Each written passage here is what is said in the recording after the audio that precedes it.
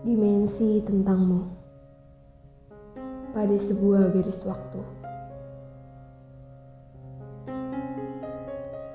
Pernahkah kau ada di titik di mana hidupmu begitu teratur, melakukan segala yang kau mampu untuk menjadi seragam, berharap semua akan baik-baik adanya, namun tetap merasa ada yang hilang, seolah ada satu kepingan puzzle yang tak juga melengkapi teka-teki yang kau ciptakan sendiri. Semestaku sebelum kau datang adalah konstelasi yang sistematis, mengandung stagnasi yang konservatif. Aku tidak tahu caranya menghargai mentari yang membakar langit hingga kemerahan. Aku tidak tahu caranya mencium wangi hujan yang membasahi bumi. Aku tidak paham di mana indahnya kalimat yang termaktub dalam larik-larik puisi. Malam-malamku hanya berisi kumpulan tugas yang harus aku bagi demi jam tidur. Dan pagi-pagiku hanyalah repetisi membosankan untuk mengenyangkan logika. Aku lupa bahwa bintang pun bernyawa, hutan pun bernafas, dan kita diciptakan untuk melakukan hal-hal yang lebih besar dari sekedar rutinitas harian. Aku lupa bahwa kita semua terkoneksi, bahwa cinta sepatutnya menjadi bahan bakar agar kita tetap melangkah. Garis besarnya, aku lupa caranya menjadi manusia. Dan kemudian, kau datang. Kau menjadi seorang yang memporak-porandakan jagat rayaku. Dengan cara yang termanis, kau memintaku untuk merasakan dan mensyukuri segala hal yang cepat atau lambat akan berakhir. Maka, izinkanlah aku menulis untukmu, tentangmu.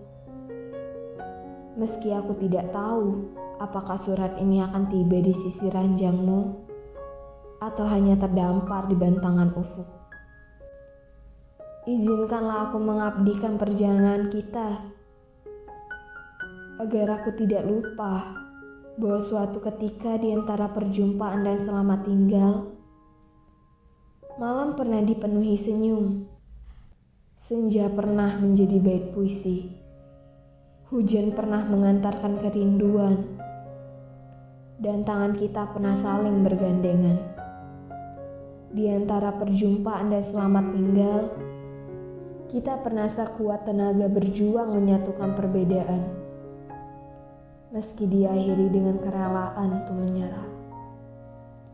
Di antara perjumpaan dan selamat tinggal, kau dan aku pernah menjadi kita. Perjumpaan yang sederhana. April tahun pertama.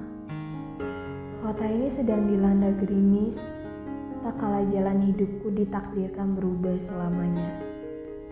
Adalah matamu yang pertama kali berbicara, menembus pertahananku secara membabi buta. Kau diamkan tanganmu di dalam jabatanku selama beberapa detik. Aku diamkan tanganku di dalam genggamanmu untuk selamanya. Segala keteraturan yang kubangun selama ini runtuh dalam sekejap.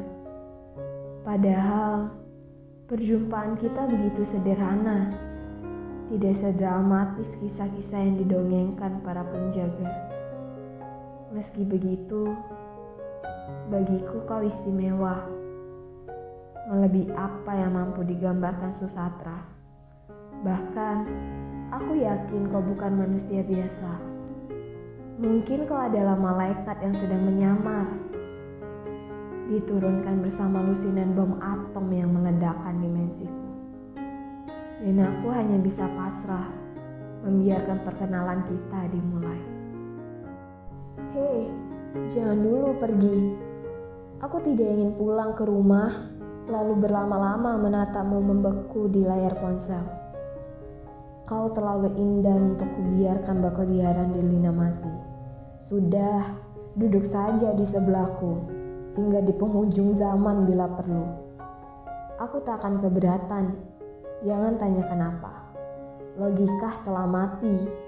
Ajukan saja pertanyaan muluk itu pada jantungku yang berdebar saat tenggelam dalam senyummu. Meski ku tahu senyummu untuk saat ini hanya basa-basi normatif. Tumbuh harapan dalam hatiku, berharap kelak dapat kutemui senyummu yang sesungguhnya. Dan jika tidak berlebihan, akulah orang yang membuatmu tersenyum. Kau pun pamit undur, menyiksakan wangi yang pekat mewarnai udara. Tanpa mau bertanggung jawab, kau tinggalkan aku termabuk sendirian. Jika kasmaran adalah narkotik, maka kau adalah bandarnya. Dan aku bagaikan pecandu yang rela mengabdikan jiwa demi menatap matamu sekali lagi. Sesuatu yang tumbuh diam-diam. Mei, tahun pertama. Setelah perkenalan kita kala itu, aku berharap segalanya akan kembali normal. Kau kembali ke langit, tempat semestinya bintang berada. Dan aku kembali ke bumi, tenggelam dalam rutinitas. Hidupku selama ini sudah teramat tenang, dan aku tidak ingin secuil adegan perkenalan denganmu menjadi efek kupu-kupu yang merusak banyak rencanaku di masa depan. Percayalah, aku sudah pernah bergumul dengan asmara, dan patah hati yang ditimbulkannya tidak berdampak baik. Aku tidak membutuhkan drama untuk saat ini. Namun naasnya, sebuah hai apa kabar darimu kembali membuyarkan fokusku. Mati-matian aku berkata pada cermin bahwa perasaan untukmu hanyalah euforia sesaat yang akan hilang dalam hitungan hari. Semudah itu kau kembali menyeretku hingga menjadi budak. Dan bayangan di cermin tertawa mengejekku. Makan itu cinta, katanya puas. Cinta selalu bersemi di tempat, waktu, dan situasi yang tidak terduga. Ia laksana mentari di tengah temaram, hijau di antara gersang. Cinta tidak pernah datang tiba-tiba. Ia akan mengendap-endap menyusut ke dalam urat nadimu, meledakkan jantungmu, lalu meninggalkanmu terbakar habis bersama bayang-bayangnya. Dan aku hanya mampu menjadi korban dari kerinduan yang mencekik, yang tersenyum dengan pipi merona tak kala kau menyapaku. Bahkan anak kecil menemukan bainan yang paling didamkan.